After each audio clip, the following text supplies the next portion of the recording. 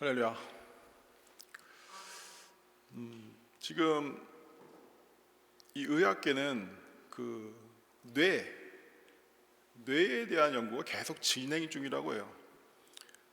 제 아들한테 물어보니까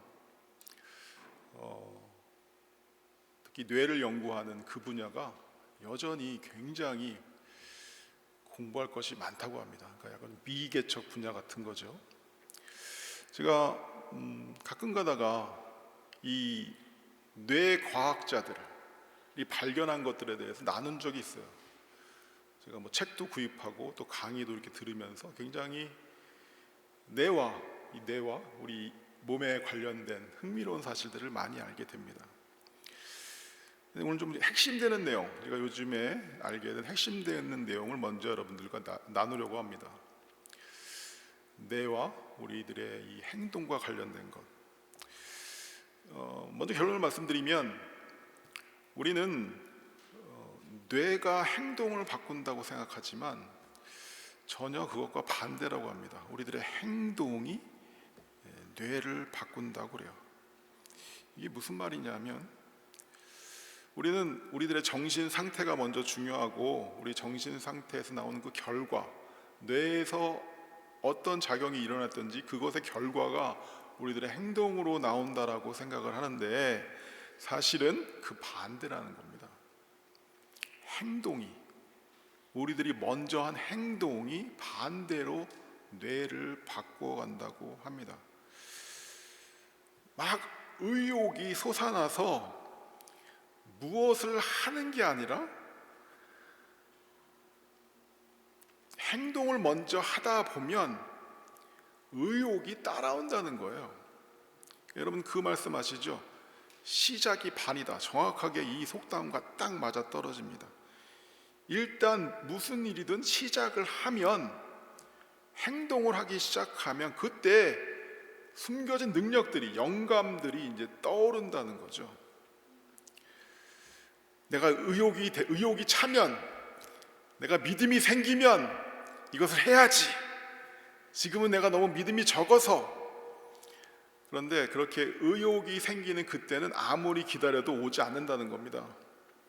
언제 내 안에 이 동기가 가득 차게 되냐, 의욕이 생기게 되느냐? 먼저 행할 때. 일단 시작을 하면 몸은 따라오게 돼 있다는 거죠. 그래서 습관이 굉장히 중요하다. 이 얘기를 뇌과학자들이 모두 하고 있어요. 우리가 이런 말을 하죠. 내가 이렇게 힘든데 내가 누구를 도와? 나중에 도와야지. 내가 너무 힘들어. 안 힘들 때 되면 그 사람이 과연 도울 게 될까요? 아니라는 겁니다. 절대 그게 아니라는 거예요. 먼저 내가 해야 될 것을 하기 시작할 때, 내가 도울 수 없는 상황이라도 누군가를 먼저 돕기 시작할 때에 남을 도울 수 있는 사람으로 변해간다는 겁니다. 내 상태가 그때야 나아지기 시작한다는 거예요. 사실 남을 돕는 것은 그 도움을 받는 대상에게 좋은 것이 아니라 바로 나를 살리는 일이다 라고 이야기를 하더라고요. 우리가 가다 보면 길이 생기는 겁니다. 무언가를 시작하면은 그때 길이 보이고 길이 열리기 시작하는 거예요. 먼저 하다 보면 의욕이 생기는 겁니다. 우리 되게 사람 만나는 걸 두려워하는 사람들이 있잖아요. 사람을 만나기 시작하면 그때 관계가 맺어지기 시작하고 내가 그런 관계를 잘 맺는 사람으로 바뀌어진다는 겁니다.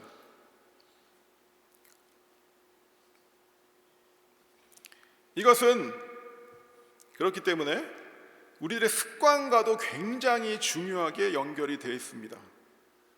안 좋은 말, 행동을 습관적으로 하는 사람들은 그런 부정적인 사람으로 변해간다는 거예요. 해야 될 것을 한 번, 두 번 미루기 시작하면 게으른 사람으로 변해간다는 겁니다. 작은 거짓말을 하기 시작하다 보면 결국 무엇을 해도 결국엔 변명을 해야 되고 핑계를 대야 되고 거짓말을 해야 되는 그런 인생으로 점점 변해간다는 거죠. 이 뇌과학자들은 이렇게 얘기합니다. 사람에 대한 이미지조차도 이렇게 만들어진다고 합니다. 어떤 일을 하자고 할 때 어떤 사람들은 일단 부정적인 반응을 보이는 사람이 있죠. 이걸 꼭 해야 돼? 왜? 이런 사람이 있는가 하면 일단 하자, 뭐까짓 거 해보지, 이런 사람이 있다는 거예요. 아니면 내가 할게요 하는 사람이 있다는 겁니다. 이런 어떤 상황이 주어졌을 때 반사적으로 나오는 그 작용, 깊이 생각하고 할 수 있다 없다를 계산하는 것이 아니라 무언가 어떤 상황이 주어졌을 때 거기에서 반사적으로 나오는 그 작용으로 사람들은 그 사람에 대한 이미지를 형성하기 시작한다는 거예요. 맞죠? 우리 주변에서도 보잖아요. 뭔가를 하자 했을 때 할 수 있어요 하는 사람이 있습니다. 해보지 뭐까짓 거 하는 사람이 있는가 하면 우리가 할 수 있을까? 이거 해야 되나? 그런 사람이 있다는 거예요. 그래서 여러분들이 이런 새로운 상황이 왔을 때에 내가 어떻게 지금 반사적으로 작용하고 있는지를 한번 곰곰하게 생각을 할 필요가 있습니다. 어떤 상황에 긍정적인 반사작용을 하는지 부정적인 작용을 하고 있는지, 그것이 그 사람을 계속 부정적인 사람으로 만들기도 하고 계속 긍정적인 사람으로 만들어 간다라고 이야기합니다. 결국 그것이 주변 사람들이 그 사람을 평가하는 이미지를 형성해 간다. 이런 사람들이 있죠. 어떤 상황이 와도 해보지 뭐, 이런 자세를 가진 사람들은 결국에 어떤 상황이 와도 도전하고 그것을 이룰 수 있는 사람으로 뇌가 바뀌어 간다는 겁니다. 능력이 점점 뇌가 그걸 할 수 있는 능력의 사람으로 바뀌어 간다는 거예요. 나이가 들어도 새로운 곳에 도전하는 사람이 있습니다. 나이가 아무리 많아도 내가 무엇을 할 수 있지? 오히려 젊은 사람보다도 더 진취적인 사람이 있는가 하면 아무리 젊어도 아무것도 하고 싶어 하지 않는 사람들이 있죠. 이게 나이의 많고 적음의 문제가 아니라 살면서 그 작은 반사작용들, 해보지 뭐, 할 수 있어, 이런 것들이 모여서 그 사람의 삶의 습관을 만들고, 그래서 그 삶의 자세가 그 사람의 인생 전체를 바꾸게 된다. 우리들의 뇌는 이런 식으로 작동한다라고 말씀하고 있습니다. 말씀이 아니죠. 뇌과학자들이 말하고 있습니다. 근데 저는 이 말이 정확하게 우리의 영적인 원리에도 적용된다고 믿습니다.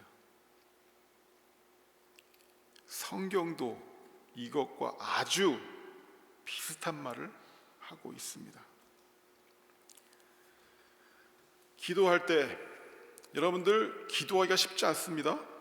예수님이 그러시잖아요. 1시간만이라도 깨어 기도할 수 있더냐.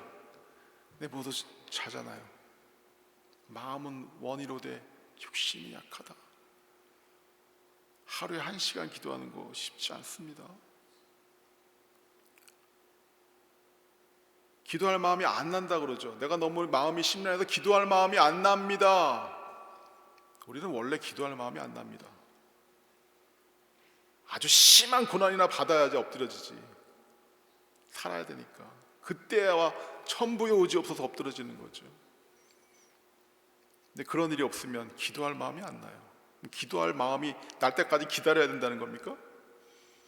절대 그런 일은 없습니다. 우리들은 게으르고 악하니까. 먼저 내 몸을 기도하는 자세로 만들 때, 무릎을 꿇을 때, 십자가 앞에 나올 때, 먼저 부르짖을 때 주여 주여 주여라고 먼저 육신의 것들을 주님께로 향하기 시작할 때, 그때 내 마음이, 내 뇌가 기도할 것으로 바뀌어진다는 거죠. 운동도 마찬가지입니다. 운동. 여러분들 운동 시간 정해놓고 하십니까? 쉽지 않습니다. 근데 운동이 습관이 되면 내가 이 시간에는 무조건 가서 운동을 해야지, 그걸 정해놓으면, 먼저 나를 그 운동하는 곳에 가져다 놓으면 그때 달리기를 먼저 시작하면 그때 내 몸에 아드레날린이 나오면서 운동을 더 할 수 있게 만들어 간다는 거예요. 교회 안에서 헌신, 봉사, 헌금 다 마찬가지입니다. 어떤 분들은 그러죠. 내가 지금은 너무 상황이 힘드니까 나중에 좋은 때가 오면 그때 더 헌신하겠습니다. 지금은 제가 헌금을 못하지만 좋은 때가 오면 제가 헌금 더 많이 하겠습니다. 근데 제가 지금까지 25년간 교육자 생활하면서 그렇게 얘기했던 분들이 결국 헌신하고 그 말씀하셨던 것처럼 그렇게 회복되는 것을 본 적이 없습니다. 언제 하게 되느냐? 내가 지금 없어도 하겠습니다. 지금 못해도 이 상황이라도 하겠습니다라도 하는 사람들이 결국 하게 된다는 거예요. 제가 누구한테 아실 거예요. 개인적으로 헌금하세요라는 말을 단 한 번도 해본 적이 없습니다. 강대상에서 헌금에 대한 얘기를 한 적이 없어요. 그래서 어떤 분들은 목사님 왜 헌금에 대해서 가르쳐 주지 않으세요라고까지 저한테 말씀하신 분이 계셨어요. 근데 제가 딱 한 번 우리 교회 한 성도한테 헌금하라고 그런 적이 있습니다. 11조라고 딱 한 번 그런 적이 있어요. 그 사람이 누군지 아십니까? 우리 교회에서 제일 가난한 사람, 하나님의 축복이 가장 필요한 사람, 정말 이 사람을 하나님이 도와주셨으면 좋겠다 내 마음에서 그런 간절한 소원이 나오는 사람한테 제가 딱 한 번 했어요. 얼마가 생기던, 일주일에 100불을 벌던 11조 해라.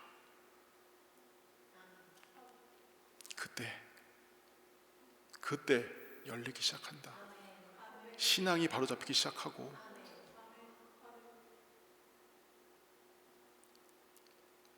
도전, 새로운 일, 마음이 준비되면 해야지 하지만 마음이 준비되는 일은 좀처럼 오기 힘듭니다. 먼저 행할 때 그때 일이 시작된다. 믿음의 한 발을 뗄 때에 하나님이 일하기 시작하신다. 잠언에 보면 게으름에 대한 수많은 말씀이 있죠. 그 중에 몇 가지만 나누면 잠언 26장 23절에 게으른 자는 길에 사자가 있다, 거리에 사자가 있다 하느니라. 이 사람은 왜 이런 말을 할까요? 행하고 싶지 않은 변명을 하는 겁니다. 일단 거리로 나가 봐야 되잖아요. 사자가 있는지 없는지.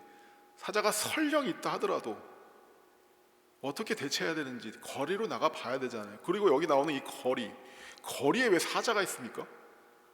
거리에 왜 사자가 있습니까? 거리도 아니, 사자도 사람 싫어해요. 거리에 사자가 없다고요. 근데 없는 것을 만들어내서 사자가 있다, 무서워서 못 나가겠다고 한다는 거예요. 뭔가 항상 핑계를 삼죠. 잠언 26장 15절에 이렇게 말씀합니다. 게으른 자는 그 손을 그릇에 넣고도 입으로 올리기를 괴로워하느니라. 행동하지 않는다는 겁니다. 순종하지 않는다는 거예요. 뭘 해야 되는지 아는데 안 한다는 겁니다. 내 본능이, 내 악한 본성이 원하는 대로 계속 간다는 거예요. 그러면서 무엇을 하는지 아십니까? 항상 마음에 항상 어떤 변명거리를 만들죠. 합리화합니다. 합리화. 이런 자들은 결국 이 순종하지 않는 삶을 계속 변명하는 사람들, 이런 자들은 결국 무기력해져서 아무것도 할 수 없는 사람처럼 된다. 이 사람들처럼 손으로 그릇에 넣고도 입으로 올리기를 괴로워하는 그런 무기력한 자들이 된다.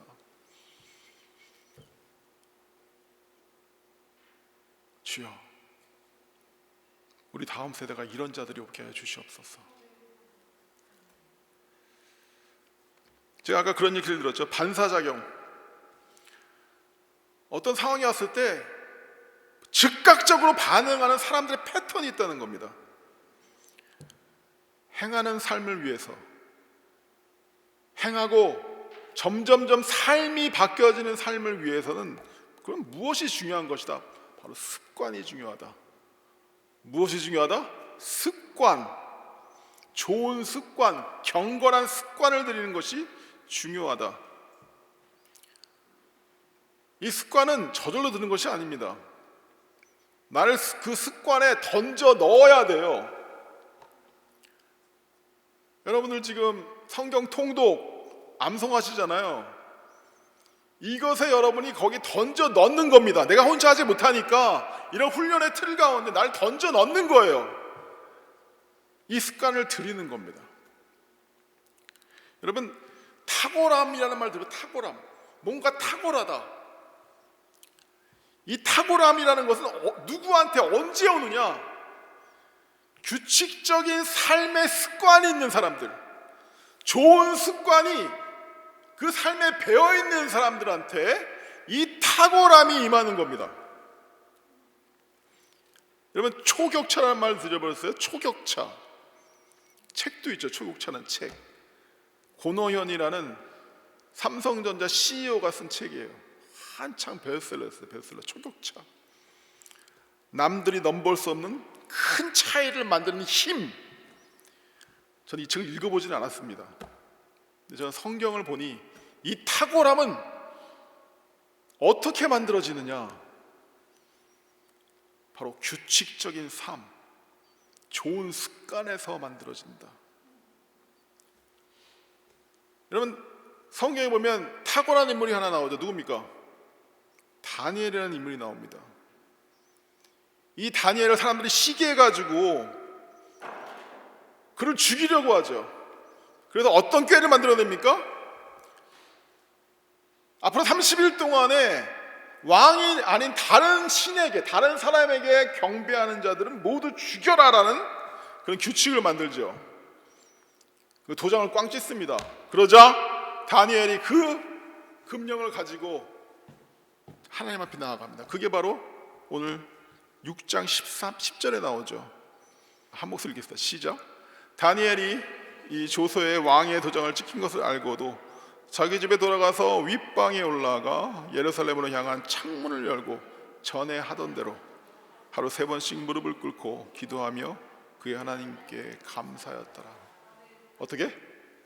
전에 하던 대로. 여기에 다니엘의 탁월함의 비밀이 있습니다. 전에 하던 대로, 늘 하던 대로 하나님께 나아가는 습관, 기도하는 습관, 이것이 바로 이 좋은 습관이, 경건한 습관이 다니엘을 탁월한 자로 만들었다. 아멘. 이 교회에는 늘 습관적으로 하는 규칙이 있습니다. 주일에는 주일 성수를 합니다. 우리 생명교회도 늘 날마다 하는 습관이 있죠. 그게 뭔가요? 새벽 기도를 합니다. 또 여러분들 성경 통독하시죠? 성경 암송하시고 토요일마다 변함없이 전도를 합니다. 이런 반복하는 습관들, 어떤 사람은 이것이 너무 지루해? 아닙니다. 이 반복되는 규칙적인 습관들이 성도를 탁월하게 하는 겁니다. 늘 하던 대로 세상과 구별된 자들로 만들어가는 거예요. 그 비밀이 바로 이것이라는 것이죠. 그래서 세상 사람들과 이 습관이 있는 사람들과 없는 사람들의 영적인 차이는 점점 벌어지는 겁니다. 처음에는 비슷해요. 점점 벌어지는 거예요. 이게 무서운 거죠. 예수님도 아침마다 정하신 시간에 기도하시려고 조용한 곳에 나가셨습니다. 습관을 보이셨죠. 제자들도 이 예수님의 경건의 습관을 따랐습니다. 사도행전에 보면 이 제자들이 정해진 시간에 성전에 나가서 기도하는 모습들이 나와요. 사도행전 3장에 베드로와 요한이 기도 시간에, 제9시 기도 시간에 기도하러 가다가 바로 그 안진병을 일으키지 않습니까? 이것이 영적인 분별, 우리 교회는 영적인 분별이 필요합니다. 이것과도 연관이 있습니다. 이게 무슨 말이냐 하면 꾸준함과 신실한 습관이 있는 사람, 경건의 습관이 있는 사람, 이런 사람들의 말은 귀담아 들어야 돼요. 저는 어떤 성도들이 저한테 어떤 제안을 하거나 말을 할 때 이런 습관이, 신실한 습관이 있으신 분들을 저는 귀담아 듣습니다. 그런데 그렇지 않은 사람들이 있어요. 신실하지 않아요. 이런 사람들의 말에는 내가 뭘 깨달았어요? 그 말에 신빙성이 없습니다. 이것이 바로 영적 분별이에요. 주님 안에 신실한 좋은 습관을 가지신 성도님이 되셔서 이 세상과 구별한 탁월함을 가지시게 되기를 소망합니다. 아멘하는 것도 습관입니다. 우리는 다 병들어 있어요. 우리들의 사고 자체가, 생각하는 방식 자체가 병들어 있다고요. 나는 아니야? 아닙니다. 다 그래요. 저를 포함해서 다 그래요. 이것을 아는 자들은 하나님의 말씀이 올 때 아멘으로 반응하는 거죠. 그 지혜의 말씀, 나는 지혜가 없으니까 나는 스스로 지혜롭게 여기는 자가 아니지 않습니까? 세상에 최악이 있습니다. 최악. 잠언에 나오는 최악의, 가장 미련한 자보다 더 최악의 사람이 누군지 아세요? 누굽니까? 스스로를 지혜롭게 여기는 사람. 나오잖아요, 잠언에. 우리는 알아요, 우리들 어리석은지. 그러니까 지혜의 말씀에 대해서 아멘으로 대답하는 겁니다.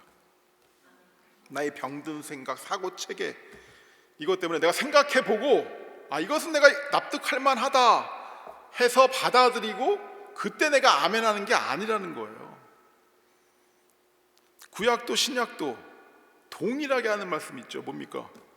아멘하라. 신명기 27장 15절에서 26절에 에발산과 그리심산에서 축복과 저주의 말씀을 선포할 때 끝에 계속 반복돼서 나오는 말이 있죠. 12번 반복됩니다. 모든 백성은 아멘할지니라. Then all the people shall say Amen. 신약에도 마찬가지죠. 고린도후서 1장 20절에 제가 저번에 했잖아요. 고린도후서 1장 20절에 하나님의 약속은 얼마든지 그리스도 안에서 이해가 되나니 그런즉 그로 말미암아 우리가 아멘하여 하나님께 영광을 올려드리게 되느니라. 무엇이? 하나님의 약속은 얼마든지 그리스도 안에서 이해가 되나니 그런즉 그로 말미암아 우리가 아멘하여 하나님께 영광을 돌리게 되느니라. 여기서 우리가 볼 수 있는 초대교회의 모습이 있죠. 뭡니까? 아멘 했다는 겁니다. 하나님의 말씀이 선포될 때마다 아멘, 아멘. 교회사, 전 여기서 신학 공부를 했는데 영어로 신학 공부하는 게 참 힘듭니다. 전 다시는 영어로 신학 공부하기를 원치 않아요. 절대로. 너무 힘들어서. 근데 제가 정말로 재미있게 들었던 과목이 있습니다. 지금도 계속 생각나는 과목이 있어요. 교회사입니다. 교회사, 처치 히스토리. 처치 히스토리에 보면 200년 전, 그러니까 맨 처음에 초대교회, 그리고 교회가 막 시작해서 200년, 300년 흐른 뒤에 그들이 어떻게 예배드렸는지가 나와요. 그것을 읽고 있으면 정말 놀랍습니다. 한 그 예배드리는 모습을 그린 글이 있어요. 수백 명이 모여 있습니다. 강대상에서 말씀을 선포하는 사람이 있어요. 그때 비가 내립니다. 야외예요. 모든 사람이 일어납니다. 2시간 동안 말씀이 선포되는데 비 가운데 한 사람도 자리를 떠나지 않고 한 사람도 자리에 앉지 않습니다. 왜 그럴까요? 진정한 예배자의 모습이니까. 지금 만약에 제가 여기 오늘 이 자리에 와서 여러분들 30분 말씀 동안 모두 서 계세요 그러면 이 교회 이상한 교회다, 다음 주부터 안 만나주면 말할 거예요. 그때는 그렇게 예배를 드렸다. 저는 그게 머리에 남아 있습니다. 아멘. 믿어져서 아멘하는 것이 아니라 하나님의 말씀이니 아멘할 때에 내 안에 믿음이 자라기 시작한다. 이렇게 주님의 말씀을 따를 때 우리들의 삶 가운데 회복이 일어나기 시작한다. 지혜의 길로 아멘하며 따르기 시작할 때 이제 서서히 보이기 시작하는 겁니다. 어두웠던 눈이 밝아지기 시작하는 거예요. 내 눈이 밝았으니 내가 그 길로 가는 것이 아니라 가기 시작하니 밝아지는 겁니다. 아멘. 다시 한번 말씀드리면 우리들의 이 생각하는 방식은 굉장히 세상적이고 물들어 있어요. CPU 아시죠? CPU 컴퓨터의 그 중앙 핵심 처리 장치 CPU. 이 CPU가 바이러스에 감염되어 있다는 거예요. 여러분의 생각은 바이러스에 감염되어 있어요. 그러니까 거기에 말씀을 아무리 돌려봐야, 내가 이 말씀을 판단해봐야 좋은 것이 나올 수가 없다는 겁니다. 예수와 함께 죽고 예수와 함께 사는 것이 무슨 뜻인가 한번 깊이 생각해 보시기 바랍니다. 기도를 위해서 무릎을 먼저 꿇는 겁니다. 기도의 자리로 나를 데려가는 거예요. 기도할 마음이 생길 때까지 기다리는 것이 아닙니다. 사도 바울이 그랬습니다. 내가 내 몸을 쳐 복종하게 함은, 사도 바울 같은 위대한 사도도 이 땅에 살 때에 자신의 악함을 너무나도 잘 알았기에 먼저 그의 몸을 쳐 복종했다. 내 몸을 쳐 하나님 앞으로 내가 끌고 갔다. 이렇게 말합니다. 내가 내 몸을 쳐 복종하게 하면 내가 남에게 전파한 후에 자기가 도리어 버림이 될까 두려워하였다.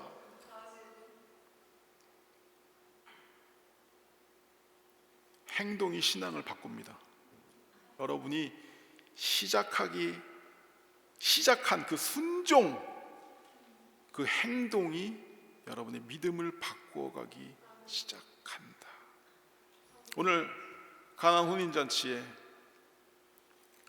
우리 성경 공부했잖아요. 안드레, 요한, 시몬 베드로, 빌립, 나다나엘 5명의 제자와 함께 가나안 혼인잔치에 참석하십니다. 근데 포도주가 떨어졌어요. 그러니까 그 어머니 마리아가 종들에게 이렇게 말합니다. 너희에게 무슨 말씀을 하시든지 그대로 하라. 너희에게 무슨 말씀을 하시든지 그대로 하라. 여기 보면 빈 항아리 몇 개가 있어요? 6개가 있는데 이 빈 항아리들은 포도주를 담는 항아리가 아닙니다. 읽어보시면 정결 예식에 쓰기 위해서 준비된 항아리예요. 거기에는 절대로 포도주를 넣을 수가 없는 거예요. 거기 포도주를 담았던 항아리가 있는 것이 아니라 다른 항아리, 정결의식에 쓰는 항아리 6개가 있었어요. 거기에다가 물을 부어라, 물을 채워 넣어라. 자, 이것을 하는 종들이 어떤 일이 일어날지를 알았을까요? 좀 몰랐다고 생각합니다. 하지만 마리아가 아마 이 집안에서 뭔가 관련이 있어서 힘이 있었나 봐요. 무엇을 시키든지 그대로 하라. 좀 이상했겠죠. 이상하다. 왜 갑자기 물을 채워 넣으려고 그러는 거지? 그것도 정결의식에 쓰는 그 항아리에 6개면 어느 정도 분량이냐면 드럼통, 이 미국에서 난 드럼통 있잖아요. 드럼통 3개 분량, 꽉 채운 드럼통 3개, 그만큼의 물을 갖다 붓는 겁니다. 그게 쉬웠겠습니까? 어렵겠습니까? 쉽지 않습니다. 그렇죠? 지금처럼 뭐 호수가 있어서 하는 게 아니라 그 종들이 하나하나 다 했을 거 아니에요. 이게 뭐지? 뭐 하는 거지? 왜 이러는 거지? 이것이 결국에 포도주로 변할 거야 라고 생각했을까? 아닙니다. 그냥 한 겁니다. 그들이 듣고 행하니 그것이 무엇을 변하는 겁니까? 포도주로 변하는 거예요. 제가 이 말씀을 준비하면서 갑자기 한 사건이 생각났어요. 제가 선교사로 레바논으로 갈 때, 레바논으로 가기 전에 그 섬기던 교회에서 제가 한 1년인가 있었어요. 가야 될 때가 됐어요. 맨 처음에는 막 가고 싶다는 마음이 들었죠. 근데 뭔가 다른 일을 하다가 정해놓은 시간이 닥치니까 제 마음에 갑자기 두려움이 생기는 거예요. 저도 똑같은 사람입니다. 마치 어떤 느낌이 들었냐면 그때 막 폭탄이 터지고, 레바논은 늘 그렇습니다. 어떤 느낌이었냐면 마치 커튼이 이렇게 가려져 있어요. 까만 커튼이 가려져 있고 그 커튼 뒤에서 들려오는 소리는 막 사람이 죽는 소리가 나는 겁니다. 괴물의 소리가 나는 거예요.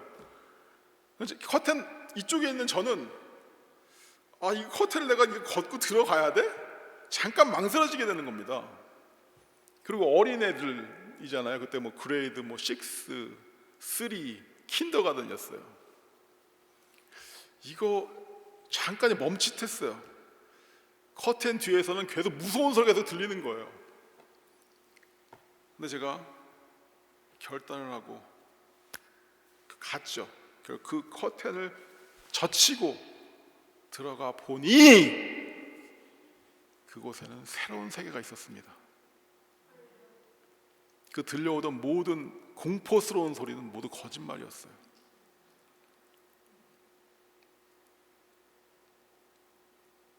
선교가 그런 겁니다. 계산하고 재면은 갈 수가 없어요. 맡기고 가는 겁니다. 그럴 때 순종할 때에 역사가 시작되기 시작하는 겁니다. 이전에 보지 못했던 새로운 경험을 하기 시작하는 거예요. 선교사도 가려고 막 준비할 때 마지막 순간에 어떤 전도사님이 저한테 진지하게 물어보셨어요. 선교사님, 근데 선교사가 됐으니까 선교사님 왜 선교를 가시려고 하시나요? 무엇이 지금 선교사님을 선교사로 헌신하게 하는 것입니까? 무엇입니까? 물어보더라고요. 굉장히 진지하게 물어보셨어요. 저도 잠깐 그러게? 내가 이걸 왜 가려고 하는 거지? 그때 막 제가 고상한 믿음이 생겨서 하나님이 부어주셨습니다 그런 얘기 안 했어요. 그런 얘기 떠올리지도 않았고 그런 말 하는 걸 별로 안 좋아합니다. 하나님이 부어주셔서 막 뜨거워져서 갑니다 그런 얘기 안 했어요. 잠깐 제가 생각했습니다. 저도 잠깐 그러게? 내가 지금 왜 가려고 그러는 거지? 굉장히 단순한 한 대답을 했습니다. 그 전도사님한테 제가 지금 이거 안 가면 평생을 후회할 것 같아서 내가 정말 후회할 일을 하고 싶지 않아서 지금 가는 겁니다 라고 얘기를 했어요. 그때 이분이 자기가 예상했던 대답이 아니잖아요. 평생을 후회하고 싶지 않아서 간다. 정말 솔직한 저의 반응이었어요. 제가 또 그런 말을 했습니다. 제가 가만 보니까 제 인생을 보니까 정말로 주님께서 축복을 하셔서 지금까지 내가 하고 싶은 것을 다 하면서 살았습니다. 제가 생각해보니까 정말 내가 하고 싶은 거 안 한 게 없어요. 그렇다고 제가 나쁜 일을 했다는 게 아닙니다. 나쁜 일을 안 했어요. 하고 싶지 않아서 안 했고 하나님이 하기를 원하시는 이런 영적인 관련된 일들은 제가 안 한 게 없어요. 다 해봤어요 보니까.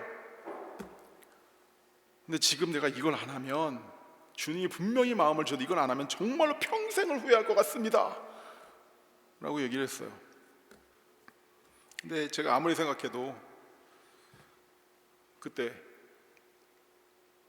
주님이 주신 마음으로 멈칫하지 않고 행했기 때문에 저는 정말로 놀라운 것을 경험했습니다. 제가 일생을 통해서 잘한 일이 몇 개 없는데 그 중에 하나를 꼽으라면 저는 제가 그때 선교를 간 거예요. 그때 갔기 때문에 보게 된 것, 알게 된 것, 경험한 것들에 대한 유익이 엄청납니다. 할렐루야. 주님이 가신 길을 가면 편합니다. 주님이 하라는 것을 하면 편해요. 근데 내가 주도하고 내가 계산하고 내 계획대로 살려고 하면 그때부터 어떻게 되는 겁니까? 피곤해지는 겁니다. 하나님 중심으로 살면 편해요. 정말 편합니다. 하지만 내 중심이 될 때 피곤하고 지치는 인생을 살게 되는 거예요. 하나님의 뜻대로 살면 편합니다. 내 뜻대로 살면 혼란해집니다. 편한 길로 가는 사람이 있고 길이 아닌 길로 가는 사람이 있어요. 여러분들은 어느 길로 가시겠습니까? 주님께서 보여주시는 편한 길로 가시겠습니까? 아니면 여러분들이 스스로 개척해서 길이 아닌 길로 가시겠습니까? 어렵지 않죠. 간단한 일입니다. 말씀을 맺겠습니다. 순종할 때 역사가 시작됩니다. 행할 때 그때 내가 그것을 행할 수 있는 사람으로 바뀌어가는 거예요. 그래서 이렇게 말씀하죠. 행함이 없는 믿음은 죽은 것이라. The faith, if it is not accompanied by action, is dead. 저는 is dead이 아니라 become dead라고 생각합니다. become dead. 행함이 없는 믿음을 갖고 있는 사람의 그 믿음은 점점 죽어간다. 하지만 모든 것을 주님께 맡기고 먼저 행하기 시작할 때 약한 믿음은 점점 더 강해진다.